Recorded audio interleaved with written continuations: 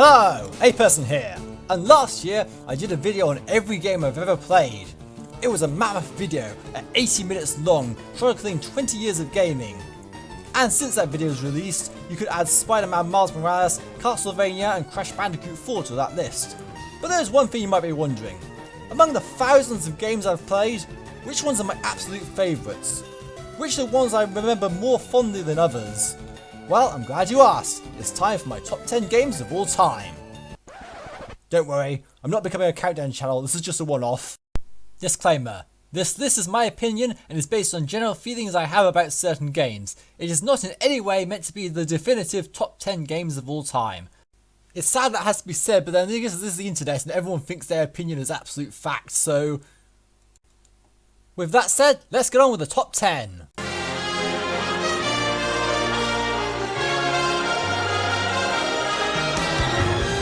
So I was exposed to Crash and Mario around the same time, which was essentially my introduction to the platforming genre. I played Crash Bandicoot 2, at least the first part of it, on a friend's PlayStation, while I played Super Mario World on Game Boy Advance to completion, beating nearly every single level and getting every single Dragon Coin. Though it wasn't really much of a springboard for liking the Mario series as a whole. I passed up the chance to get Yoshi's Island on GBA because for whatever reason, Crash Bandicoot XS was more appealing to me. And there goes all the viewers now I've mentioned that I picked Crash XS over Yoshi's Island. I did like Super Mario World a lot though, and was well aware of Mario's status in gaming, so when the Nintendo DS came out, I wanted to get one and get Mario 64 DS on it. I saw it as my opportunity to play a classic title that I read in magazines before. I got my DS with Mario 64 DS and played the game over and over again to completion, multiple times. It's so good. However, yes, Mario 64 is not my favourite Mario game of all time. Maybe that's come down to playing the DS version, which didn't have analog controls, though I didn't find the D-pad too hard, not having the experience of playing 3D Mario with analog controls comes in handy I guess. Don't worry, it's not Mario Sunshine either, that game is worse than 64 in my opinion. The actual best Mario game has changed a few times for me and pushed others out of the top 10 altogether, but my number 10 pick for this list is... Super Mario Odyssey! Yes, this is the most recent game in terms of release date to make the list. Odyssey is so good. It takes the formula established by previous 3D Mario games and massively expands on it. There is so much to do in levels, Mario's movement is excellent, and the inclusion of Cappy leads to some unique level design. For years I felt the Mario formula was starting to get a bit predictable and stale, with the franchise relying on the same characters it's always had for years with similar conventions. And while yes, Bowser is the final boss again, and while no, that doesn't mean they have never been good games to play, Mario Odyssey perhaps shakes up the Mario formula so much, but also harkening back to Mario 64. The life system is completely gone, something that perhaps should have happened years ago as other platformers like Jak and Daxter axed the life system completely. It's become outdated to the point that Toys for Bob had such a mechanic in Crash Bandicoot 4 labelled as retro. The main campaign is just a fraction of what you can do in the game. There is so much content in this game, and I haven't even played the ultimate level in this game yet. Oh, and the game has achievements in it. I'm surprised they were able to put them in the game without incurring the wrath of Miyamoto. But this new, younger team have injected new life into the 3D Mario games, and I'm intrigued to see where 3D Mario goes next. In fact, 3D platforms in general are generally some of the most fun I've had playing video games. They generally bring about a good time from the likes of Jak and Daxter, A Hat in Time, Spyro the Dragon, and even Donkey Kong 64. But it's Mario Odyssey that for me stands head and shoulders as a quintessential 3D platformer. Yeah, it's not my favourite platform of all time either.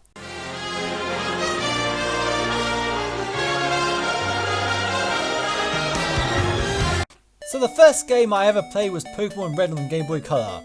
On the back of the box of the Game Boy Color were screenshots of other games. Those games were Legend of Zelda Link's Awakening DX and Harvest Moon GB.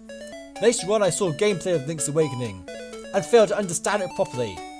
How are you going to make any progress in this game if there are no gym leaders and the character doesn't stay in the centre of the screen?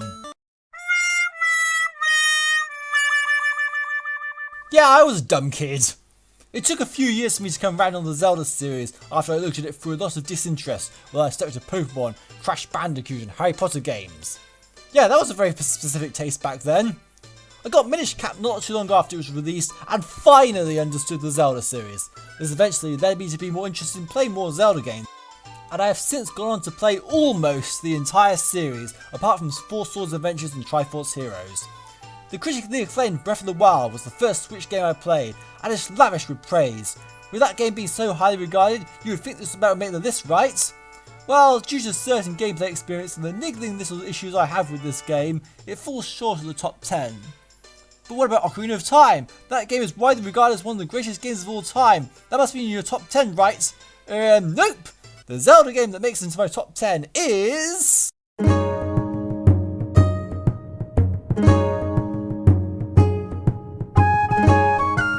Wind Waker. This makes it into the top 10 on sheer memorability alone. I love so many aspects of this game. Which is funny, as I was skeptical over the game due to its art style and questioned whether it would appeal to me, falling into the trap others did over this game when it actually came out. But I played the demo on Collector's Edition, and just a month or so after getting Collector's Edition, I was able to play Wind Waker. And my opinion swung back around. This game has so much character. The world is expansive with a lot to do, and it gives you that sense of adventure. The dungeons though are pretty good too, although there could perhaps be a bit more, and Tinker's a freaking cheapskate! At least he was in the original GameCube version I played. Never played the remake. But what starts out as a very free, cartoony adventure becomes a much deeper game once you actually learn what the ocean you're travelling on is about halfway through the game. This twist recontextualizes the game somewhat and gives it a link to the older games. Suddenly the whole thing has a darker side and a more grown-up aspect to it. Ganondorf does not feel out of place, and as the game reaches a climax, you eventually fight Ganondorf in a one-on-one sword duel.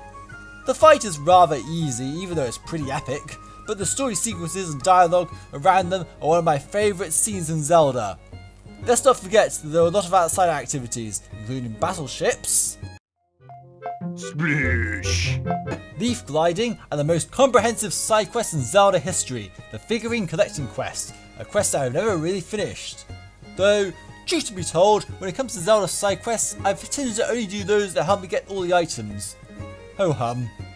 Let's not forget that this game introduces everyone's favourite shopkeeper, Beedle. Wind Waker is my favourite Zelda game of all time, but it's not my favourite Zelda styled game of all time. We'll get to that one later.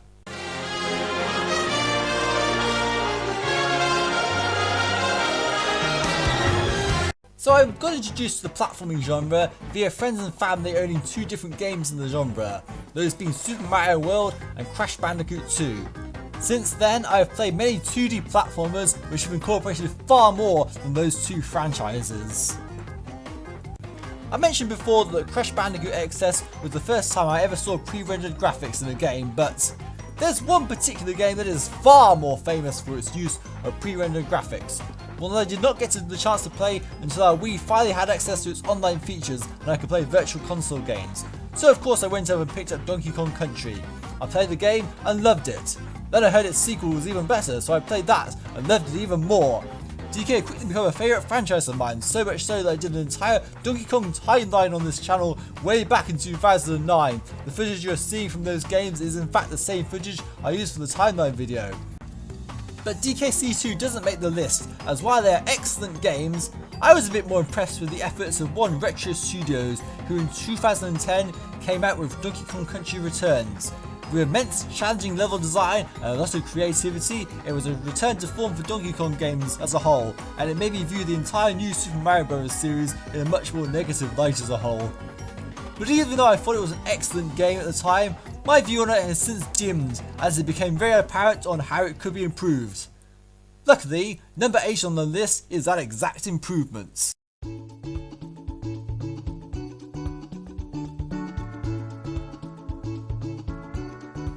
Donkey Kong Country Tropical Freeze, a game widely credited as being one of the best 2D platformers ever made. It's tighter in its world design with fewer levels, but overall higher quality for those levels. The level design has progressive theming throughout its worlds. For instance, in one world you start out at the source of the bad guys harvesting fruits.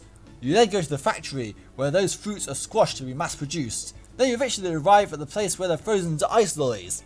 Then you find out the whole reason behind this operation is to provide a polar bear named Bashmaster Unbreakable with a constant source of ice lollies. And said polar bear ends up being the boss fight for the world. And it's awesome! But what really ties everything together is the soundtrack. I know it's hard to rate a game so highly on the basis of the soundtrack, but have you heard this game's OST? The original Donkey Kong Country music and the sequel's music by David Wise is one of the greatest gaming soundtracks, but Wise outdid himself this time around with a more modern style. A soundtrack unlike anything you've ever heard in a Nintendo game. It admittedly starts out quite slow, but when you get to the first boss fight and... wait, heavy metal? In a Donkey Kong game? What? Then you get to World 2 and this soundtrack manages to put out a top 10 video game music contender in every single level. Here, these are some of my favourite tunes in the game.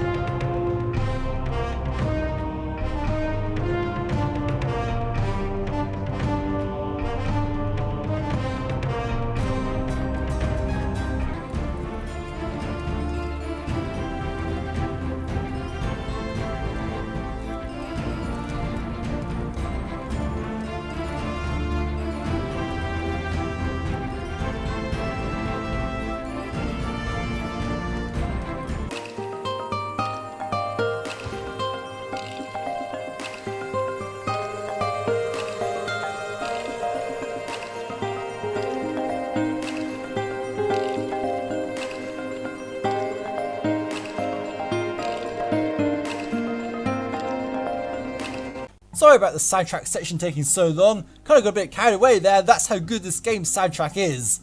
Anyway, if that wasn't enough, the island from the first game makes a return as the game's final world, only this time it's all frozen. Each level on the final world makes a reference to returns in its theming and summarises the world from the original game, all leading to a final boss fight which I generally found to be a struggle on my first time playing the game. And of course, your reward for getting all the Kong letters and beating the ultra hard levels is much more fulfilling than it was in Returns. They even added additional Kongs for you to partner with rather than just Diddy. I have to say though, this system is perhaps the only real complaint I have with this game, mainly that Dixie is just so much better than all the others that you never have any reason to play as the other two apart from the one or two sections where you need Cranky Kong. Okay, now into the top 7, and these games in particular I consider to be especially excellent.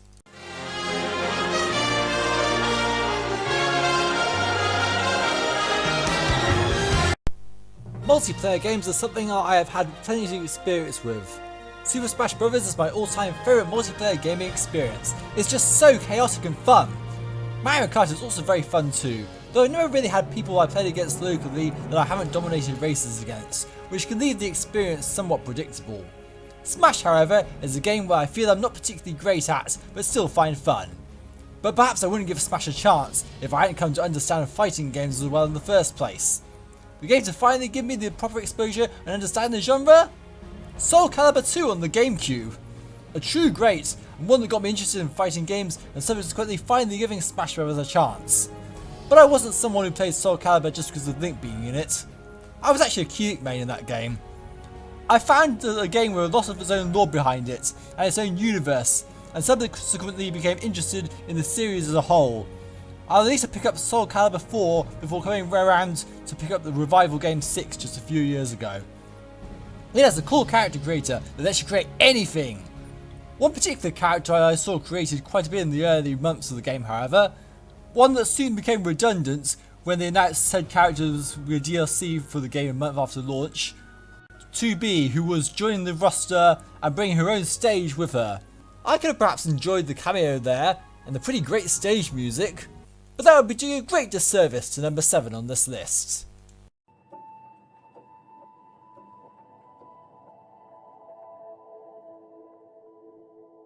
A few months after 2B came to Soul Calibur 6, I got to play the game she originally came from, and oh man, this game is amazing! It starts off with a very simple presence, and the weird impression that it's an old school scrolling shooter, only to pull back the curtain and reveal as a hack and slash combat RPG, brought to you by the masters of the genre, Platinum Games. The premise is simple. Machines have taken over the Earth and humanity is fighting back to reclaim Earth for themselves.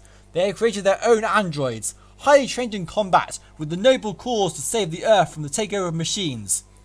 Okay, this doesn't sound like a very original premise. After all, The Matrix has a very similar kind of human versus machine storyline.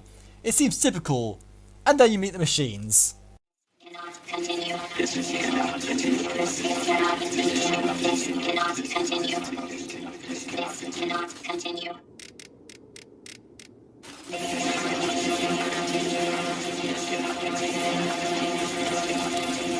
That is the exact message I want to give the UK government right now. This cannot continue. Anyway, prior to the robots creating a potential internet meme, they were found exhibiting human behaviours, including having sex, as it were. Anyway, you're pretty much told by 2B and 9S that they are simply imitating human behaviour and can never hope to truly replicate human feelings. But you play on, and there is lingering doubt in the back of your mind. You explore many areas of the planet, but in the bunker it is very noticeable there aren't any actually humans in there. Why would humanity also create androids to be the command as well? When the credits roll, you play what is seemingly a simple story, but there's still a few things off about it. Then the game reveals it has multiple endings, and you need to play through it multiple times to get the full picture. From there you get a massive plot twist that changes the whole perception of the game. And as the game goes on, it proceeds to shatter every single expectation you have about the game you've been playing this whole time.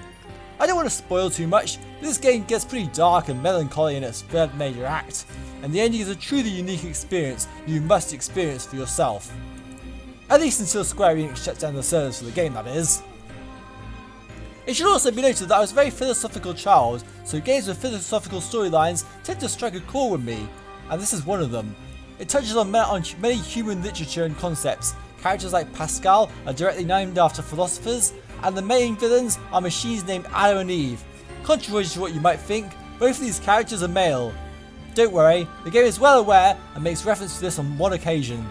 I can understand, however, that perhaps this game is not for everyone. If you could overlook the over-the-top anime moments in the game,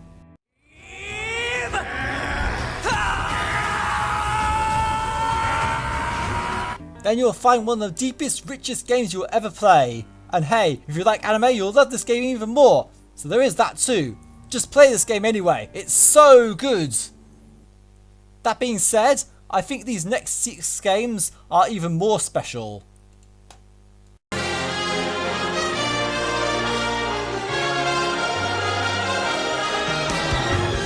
For much of my gaming history, I was playing Nintendo consoles. I started with the handhelds, then when the GameCube moved on to the home consoles. But I also had plenty of exposure to the PlayStation side of things, even though I never owned one. Well, not initially. That all changed when I wanted a cheap console to be able to buy new games on the cheap, and so I went and bought myself a first non-Nintendo console, the PS2. It came with an abundance of games, which overwhelmed me, but with no real game out of that bunch that I had a strong desire to play, so the only thing to really do was acquire more games that might be more to my interests. PlayStation will become just as much a part of my gaming library as Nintendo would, and I will eventually pick up Dark Souls on PS3. I have still yet to beat Dark Souls even to this day, but I appreciate the game a lot. It has fantastic level design and the atmosphere and lore is pretty deep. But perhaps the Dark Souls series wouldn't have existed if Miyazaki hadn't played a certain game which shows many influences in Dark Souls, namely the focus on minimalist storytelling. This game was a PS2 game created and developed by Fumito Ueda, and I personally have never played that game.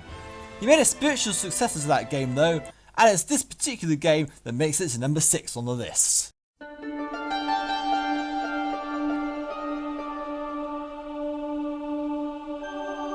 Shadow of the Colossus. At first glance you could say this game is just a boss rush. You fight 16 bosses and the rest of the game is spent travelling to those boss battles. That would be a great disservice to this game however, because it is so much more than that. Yes, the boss battles are the highlight of the game, and they all could be considered some of the greatest boss battles of all time. Well, most of them anyway. These boss battles are puzzles in many ways. They have specific weak points, but you need to find a way to be able to attack those weak points. You have to actually climb the colossi and get up to their weak points. If you play Breath of the Wild and are familiar with how climbing mechanics work, then you're right at home. Shadow of the Colossus was doing those mechanics 12 years before Breath of the Wild did them. But after the first few colossi, you might get concerned that all the boss battles are going to be like the first. Then you fight Avion. Wow, this fight is breathtaking. As soon as you grab onto its wing, the sudden transition from the cinematic swooping scene as you try and find its weak point is pretty spectacular. The game doesn't let up from there either, delivering many fantastic boss battles as your quest to kill all the colossi continues. The main character Wanda is doing this in an attempt to revive a dead girl named Momo, presumably his girlfriend or someone he deeply cares for, though the game never mentions it. An entity known as Dormin promises to restore her soul to her body on condition that Wanda slays all 16 colossi in the Forbidden Land. So that's your motivation for this game, but do these creatures seem hostile? The game is very intentional about everything it does, and it builds into an unforgettable climax.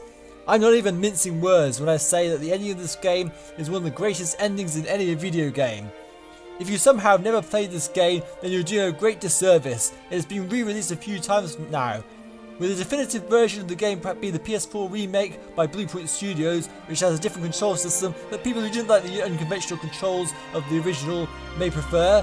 Whichever version you play, if you play this game, you're playing an absolute masterpiece. So in my eyes, what could possibly top that?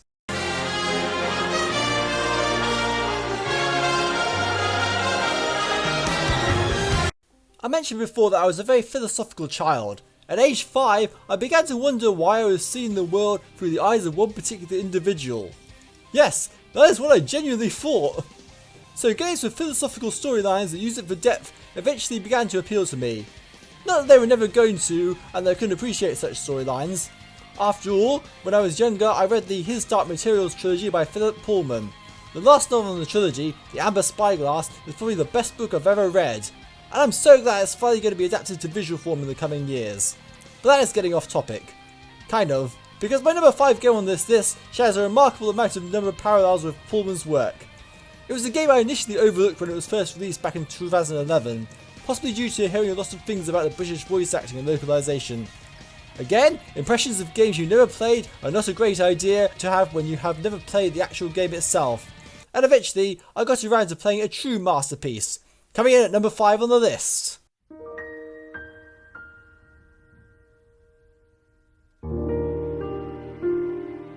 Xenoblade Chronicles has, without a doubt, one of the greatest stories in any RPG ever made. It's a sprawling, semi-open world with a lot of places to explore, while still having a somewhat linear structure. The perfect compromise between having too much to explore and being so obviously railroaded down a certain path like some games do. It very much involves the experience of the single-player MMORPG, something which Square first started experimenting with when they made Final Fantasy XII in 2006. While that game had a problem in how to manage AI though, Xenoblade sidesteps the issue and only requires you to control one character at any one time, while your party members handle everything else. It's an intelligent solution to the problem, and is the best RPG combat system I'd ever experienced at the time. That honour has since gone to Final Fantasy VII Remake, since that game allows you to switch control of characters mid-combat, but that takes nothing away from Xenoblade. What really elevates this game, however, is its story. The game introduced Monolith Soft's brand of world building that we will continue to see in future titles in the series, but the characters are immensely likeable, and a lot of thought has been put into every facet of how a world that's built on the shoulders of 2 Titan corpses would function. The story of young Shulk is deceptively simple at first. He's a massive nerd who loves all things mechanical, raised in Colony 9 and does extensive research on a mysterious sword known as the Monado. The game's trademark distinctive weapon in this game is more than just that. It's a key plot device that drives the entire game from beginning to end. One day, Colony 9 is invaded by an armada of machines from the Titan Mechonis, known as Mechon. These Mechons storm the colony and seek to kill everyone in there. During the conflict, Shulk takes out the Monado from its previous wielder Dunban and goes on to be a natural fit for the sword, and the sword also granting him the ability to see into the future. But he soon learns that, though he can see into the future, he cannot always stop what's going to happen, as his childhood friend and love interest Fiora is brutally murdered at the hands of the Mechon known as Metalface. Shulk swears revenge on Metalface for killing Fiora, and along with his friend Ryan sets out on a revenge quest as they journey up the Bionis. What follows is a sprawling tale with many twists and turns, with some rather thought-provoking cutscenes. No, seriously, this is a very philosophical game that goes out of its way to question many aspects, including life and death. I don't want to say too much though, just play it yourself if you haven't already. What lets this game down though is content that doesn't have much to do with the story itself. Aside from one late game side quest, the quests are overabundant and incredibly generic, with only fine details allowing you to distinguish them. They do help to build the world around them, but I just didn't find them as interesting as the main storyline. The game's sequels and additional campaigns are also really good, but let down by a few inconsistent niggles I have with them in general. Admittedly, the Definitive Edition does improve on the side quests by making it easier to find your objective, but it doesn't do much to change the actual side quests themselves. It's still a phenomenal game, and I mentioned before I wasn't one who did many side quests, but I did feel that other games like Zelda do side quests better. Add to the fact that many characters aside from Shulk don't really stand by themselves, as the plot is built entirely around Shulk, and it means I can't put this game any higher than number 5 on the list.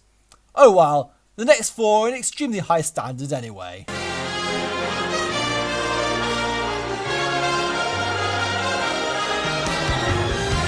As I mentioned, I bought a PS2 when university began for a second-hand console to play. One of the big selling points of the PS2, however, was its backwards compatibility to play PS1 games. This would finally allow me to play Crash Bandicoot 2 to full completion. But there was another PS1 game in particular I'd kept well away from, out of wanting to play it eventually. A very critically acclaimed game that I wanted to experience fresh. Bear in mind this was during a period of time I've been watching a lot of YouTube videos of games I thought I'd never play. I'm glad I stayed away from this one though, because that game was...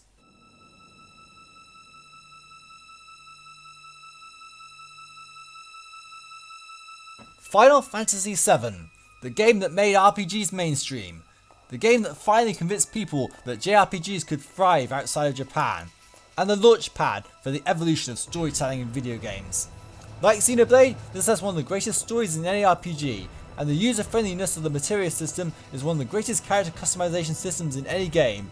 This game was massive, and a game I was very glad that I never spoiled for myself. So why is it only at number 4? It's difficult to articulate at this point.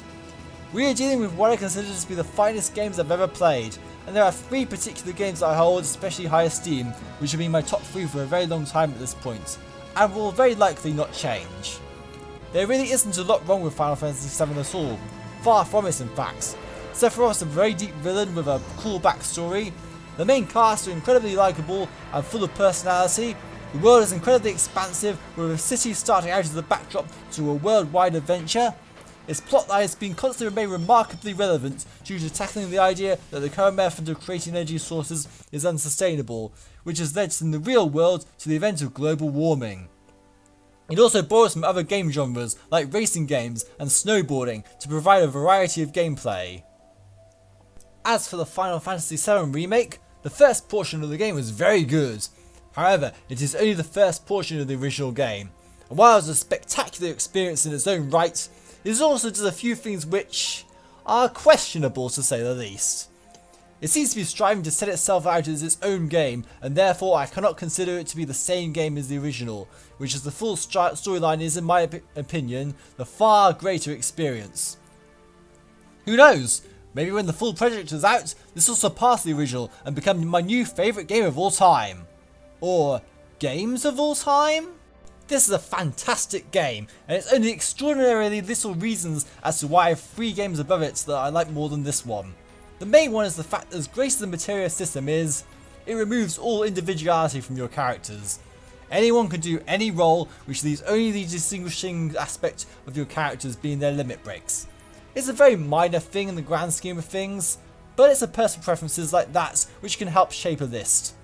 I also found most of the bosses battles particularly easy and didn't really struggle on them till the second half of Disc 2. It didn't really feel like they were escalating as much as I would have liked.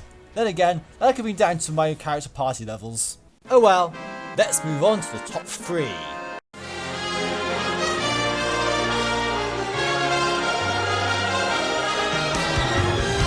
As I've played more and more games over the years, one thing I've come to realise is that the aspect about video games I always liked the most was level design. This became even more apparent when the open world boom happened in modern console generations. This was clearly the natural evolution of game design, having an explorable space as expansive as in real life, but something was lost along the way. I think it says a lot about game design that the art of creating an environment specifically built to challenge the player is a very important part of games, and by keeping things rigid to an extent, you can tailor the challenges. At the same time, you don't want to be making it too intimidating in a game if the player's expectation is that you should be able to explore your surroundings and have some sense of choice in where to go. This is why a map like Dark Souls strikes the perfect balance. It gives you an explorable space with many different locations, but they're all interlinked with each other to allow you to explore the space. And so we get to the type of level design which I think is the best kind in video games. The gaming genre that creates an interlocked series of environments that are linear yet not linear at the same time, where every area is its own defined space yet links into another one in very specific ways. A type of design which, if done well enough, can forsake traditional storytelling in order to allow the player to discover the story if they want. One that provides minimalist details to provide storytelling. Yes, Dark Souls does all of those, but it was hardly the first game to do so. This kind of interlocked level design is most commonly found in a genre known as Metroidvania. Defined by 2 game series in particular, Metroid and Castlevania. If you've seen any videos on this channel, you'll have a good idea where this is going. Interlocked level design, combined with a story for you to discover for yourself, and a very atmospheric and memorable soundtrack, means that number 3 on my top 10 games list of all time is...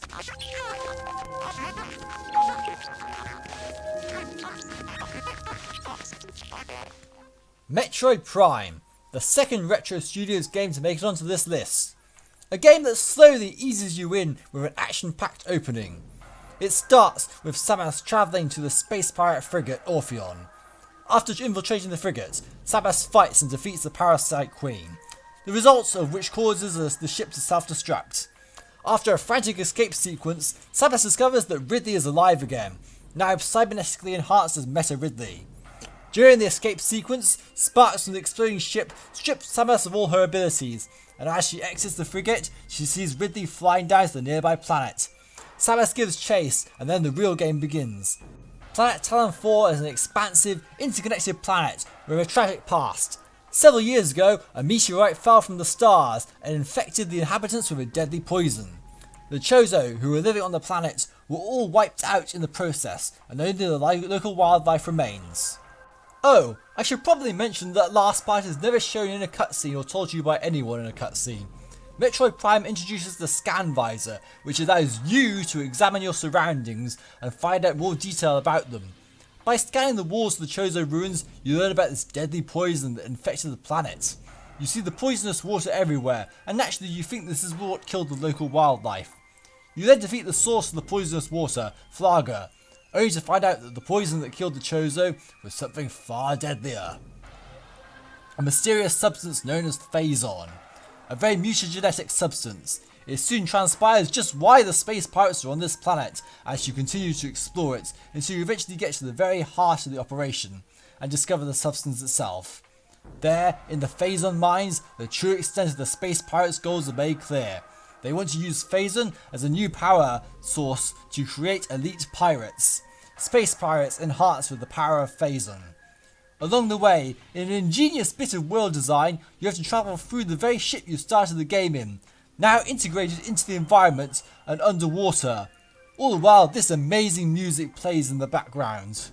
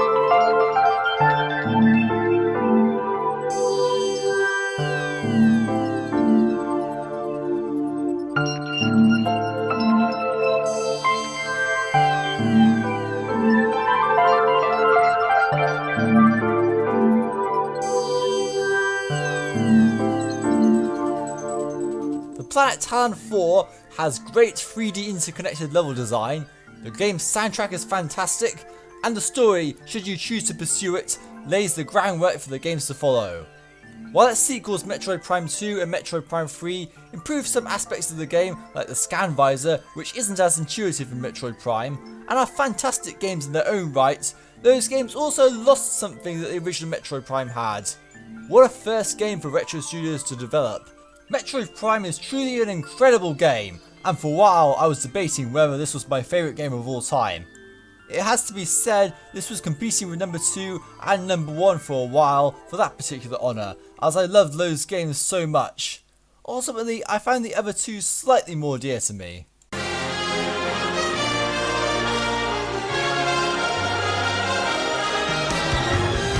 Metroid Prime is a game I love for its level design.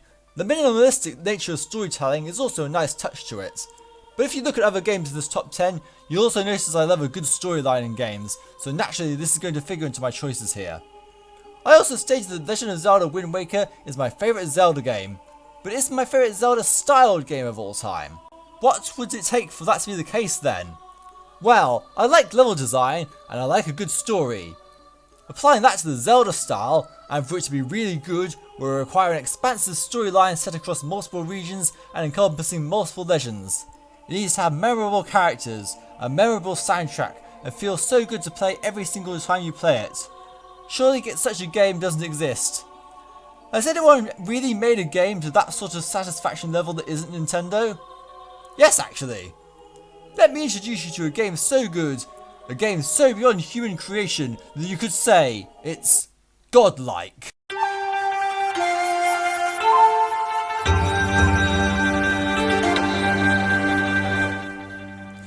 This game is amazing!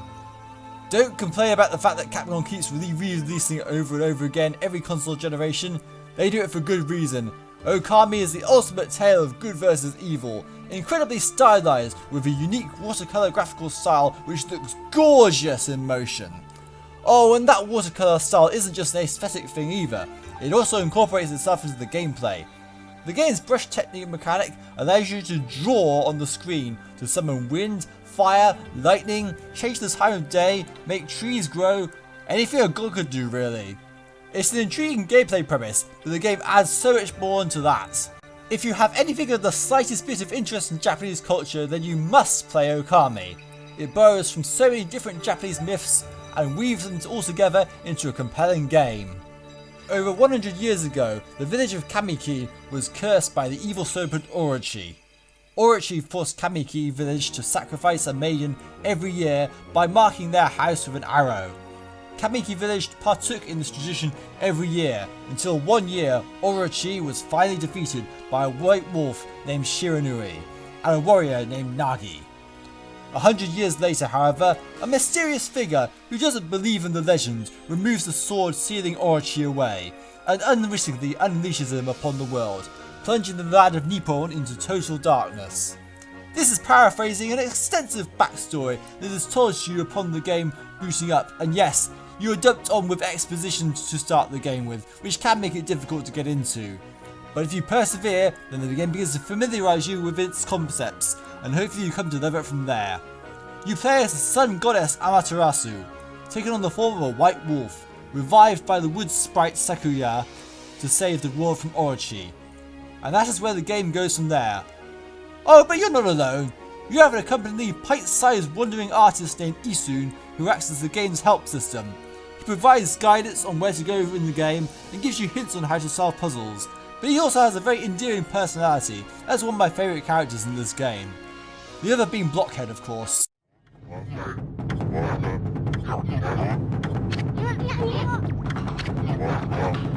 What makes Okami's story even more interesting is just how far in scope it goes. The plotline where you fight Orochi accounts for just 1/3 of the game's overall storyline, and expands every way onwards from there, to the point where you fight the very essence of evil itself during the final boss battle as the darkest day dawns. No, not that one! The game's dungeons start out slow, but increase in complexity as the game goes on. The dungeons even incorporate character arcs as they go on. They get you to feel sad for an evil piece of paper, for goodness sake. Shoutouts to the Moon Cave dungeon where you infiltrate Orochi's base by writing a piece of paper which you get to draw absolutely anything you want onto it. It can kind of take the tension out of scenes, but I kind of get the impression that the game doesn't quite want to be taken completely seriously. It has a sense of humour which permeates throughout the game.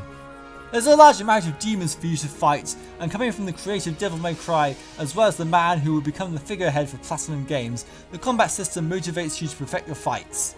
You fight with a mixture of weapons and brush techniques, and every enemy has a special way of dealing with them, as well as a finisher that allows you to collect demon fangs when you beat them. I haven't even mentioned this game's amazing soundtrack either. Every aspect of this game is wonderfully crafted. This game deserves to be hung up in an art gallery, and it's such a fulfilling experience. So fulfilling in fact that it's questionable whether this game even needed a sequel in the first place. This one game is the complete package as a standalone game, and I will forever love this game. So, if this game is so complete and good, what could possibly be number one on the list?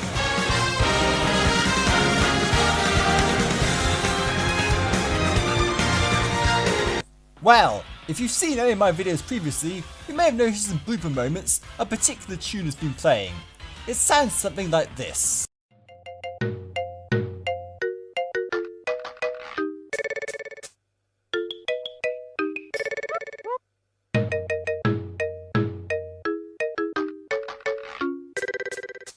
That is not a coincidence. The tune has been chosen very deliberately. After much consideration between Metroid Prime, Okami, and the following game, I decided that the following game is my #1 game of all time. That game is...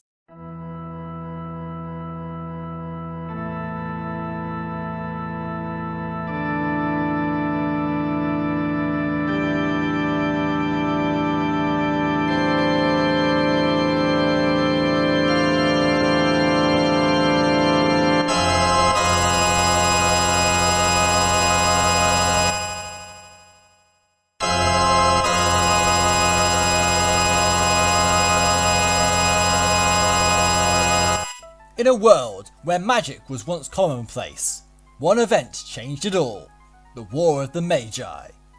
A great battle so deadly that the ending result was that all magic disappeared from the world. The world, however, adapted and became industrialised. Science and technology replaced magic, and things seemed to be okay. However, a new threat was emerging: the Gestelian Empire, a force who sought to rule the world, and to do so planned to revive the ancient power source known as magic, and fuse it with the wonders of science and technology. They achieved this, and in the present day the Empire rules the world with the might of magic and technology, including their secret weapon, a young girl named Terra, who for some reason has the natural ability to use magic. However, it appears that her actions are not of her will. She is being mind controlled by the Empire, until one fateful mission breaks that control and sends Terra on a quest to discover her own identity and purpose. And that is the backstory of Final Fantasy VI. The game has a very expansive cast of characters to choose from, with Terra not constantly required to be in your party aside from when the story dictates it. The hands-off approach to this allows for the greatest party customization in the entire Final Fantasy series.